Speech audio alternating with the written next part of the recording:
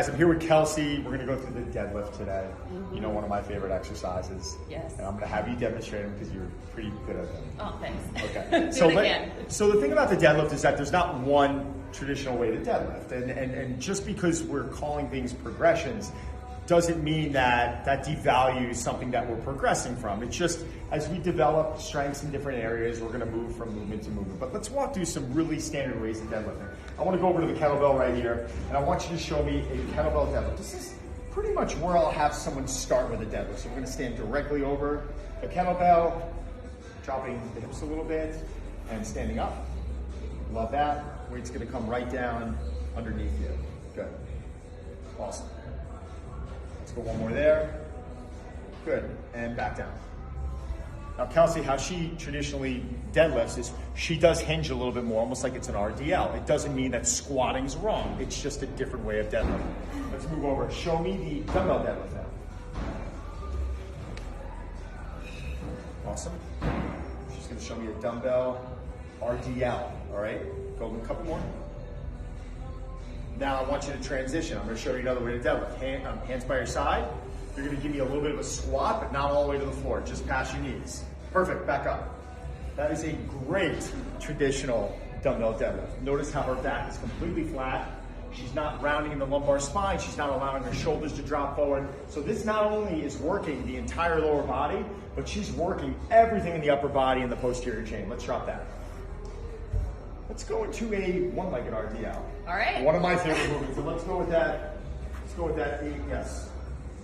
Contralateral. So yes. Thank you. Extend that leg back. Back up. No, and that's fine. And I want to show that. The first rep when I'm doing it, I always kind of lose balance. She's going to find it right now. Why is this so important? She's working on hip stability. She's working on using the floor. Let's go one more time. And rest. She would do that to both sides. Okay, let's drop that. Very well done. And I think a lot of times we perform the deadlift on 2 feet, and I really want to get you on one leg. You did a great job. Show me the trap bar deadlift. Very similar to the dumbbell deadlift. What I like about the trap bar is it is giving us a point of reference with these 45-pound plates. Notice Kelsey's back, her glutes, the strength in her legs, okay? Her grip, let's stand up. This is a full body exercise right now. This is working her abs and core. This is working her glutes, her upper back, quads, hamstrings, everything. One more time. Love head position. The head position's awesome and rest. Good. Well done. Pretty good. Okay, let's come over here.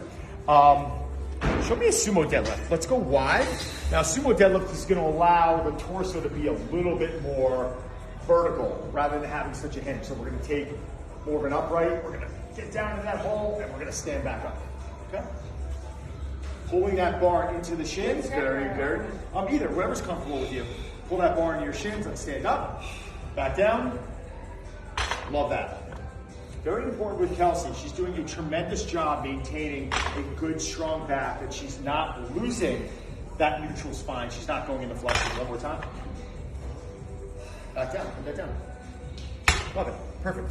We're gonna go into a conventional stance now. Let's take a round shoulder width, a little more narrow, and take the hands outside of the thighs. Perfect, same position, good chest position, good neck position. I love it, down and up.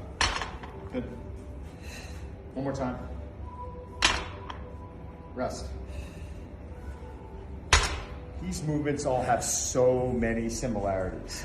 But I know with our training, I don't like to just train with one specific lift. Right. Right? I mean, do you switch up? Mix it up. I think also for people at home, what do you have access to? Right. It's important to have different options, and if you're traveling, if you go to a gym and they have a trap bar, what are you going to do with it if you don't have that at home? It's cool to be able to mix in different things into your training. Especially when I work with different training partners, maybe one individual I'm working with has a really strong sumo deadlift, and they're saying, what's sumo deadlift? It gives me the opportunity to start working on those areas, and it kind of lights a spark in me a little bit. And it makes it fun, right? It allows you to try new things and just find new passions in that. Awesome. Guys, you got any questions about the deadlift? Fire them off to Kelsey and I below. We will get back to you.